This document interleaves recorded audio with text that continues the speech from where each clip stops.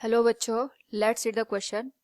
Which of the following is the correct in terms of the increasing work done for the same initial and final state? Explain. Here we have given 4 options. Now to answer this question, first we will discuss here the key concept, and here the key concept will be given as PV curve. तो हम जब thermodynamics में बात करते हैं PV curve की, it is a curve drawn between pressure and volume. और यहाँ पे जो पीवी कर्व होता है, इसी पीवी कर्व के रिस्पेक्ट में हम जो टोटल वर्क डन है उसको फाइंड आउट कर सकते हैं. सपोज ये कर्व है, इस कर्व के यूज करके हम यहाँ पे अगर इसका एरिया फाइंड आउट कर दें तो इसका जो यहाँ पे एरिया होगा वो इस पर्टिकुलर प्रोसेस में किए गए वर्क के बराबर होगा. यानी हम यहाँ पे कह सकते हैं work done will be given as area under the given curve of the PV diagram. Now यहाँ पे हमसे क्वेश्चन में यही पूछा गया है कि अगर डिफरेंट जो थर्मोडायनेमिक प्रोसेस होती हैं उनमें यहाँ पे इनिशियल और फाइनल पोजीशन सेम है और हम यहाँ पे एक्सपेंशन का केस कंसिडर करके चलेंगे, उस पर्टिकुलर केस में हमारे पास यहाँ पे कौन सी प्रोसेस में सबसे ज्यादा वर्क होगा और कौन सी प्रोसेस में सबसे कम वर्क होगा. तो सपोज हम ये मान के चलते हैं कि हमारे पास पीवी डायग्राम है, 3 प्रोसेस दे रखी है, एडियाबैटिक, आइसोथर्मल और आइसोबारिक. तो आइसोबारिक का मतलब ये होता है कि हमारे पास यहाँ पे जो प्रेशर है ये कांस्टेंट है.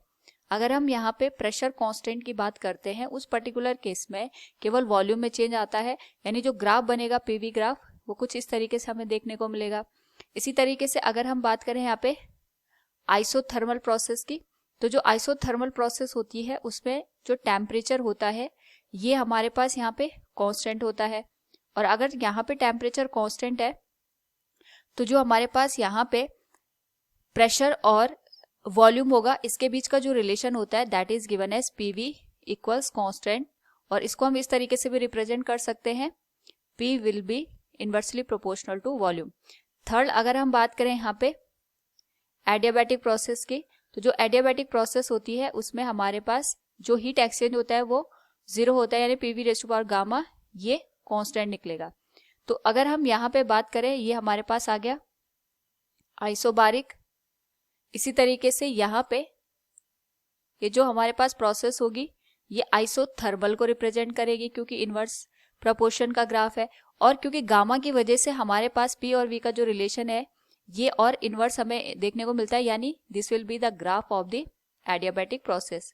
नाउ यहाँ पे अगर हम ऑब्जर्व करें तो यहाँ पे हम जो भी पीवी ग्राफ दे रखा है उसका एरिया अगर फाइंड आउट कर दे तो हमें वर्क डन की वैल्यू मिल जाएगी. अगर हम ऑब्जर्व करें यहाँ पे तो जो आइसोबारिक प्रोसेस है, आइसोथर्मल प्रोसेस है और एडियाबैटिक प्रोसेस है, उसमें से सबसे कम जो एरिया हमारे पास गिवन वॉल्यूम को लेके अगर हम कंसिडर करें तो सबसे कम जो एरिया कवर कर रहा है वो एडियाबैटिक में कर रहा है, उसके बाद आइसोथर्मल में, और सबसे ज्यादा जो हमारे पास यहाँ पे एरिया कवर हो रहा है वो आइसोबारिक में हो रहा है. यानी इसको हम इस तरीके से लिख सकते हैं कि जो हमारे पास आइसोबारिक के लिए वर्क डन होगा वो सबसे ज्यादा होगा क्योंकि इसका जो एरिया है ये सबसे ज्यादा है. उसके बाद जो हमारे पास वर्क डन होगा that will be for the isothermal process, और सबसे कम जो हमें यहाँ पे वर्क डन देखने को मिलेगा that will be for the adiabatic process.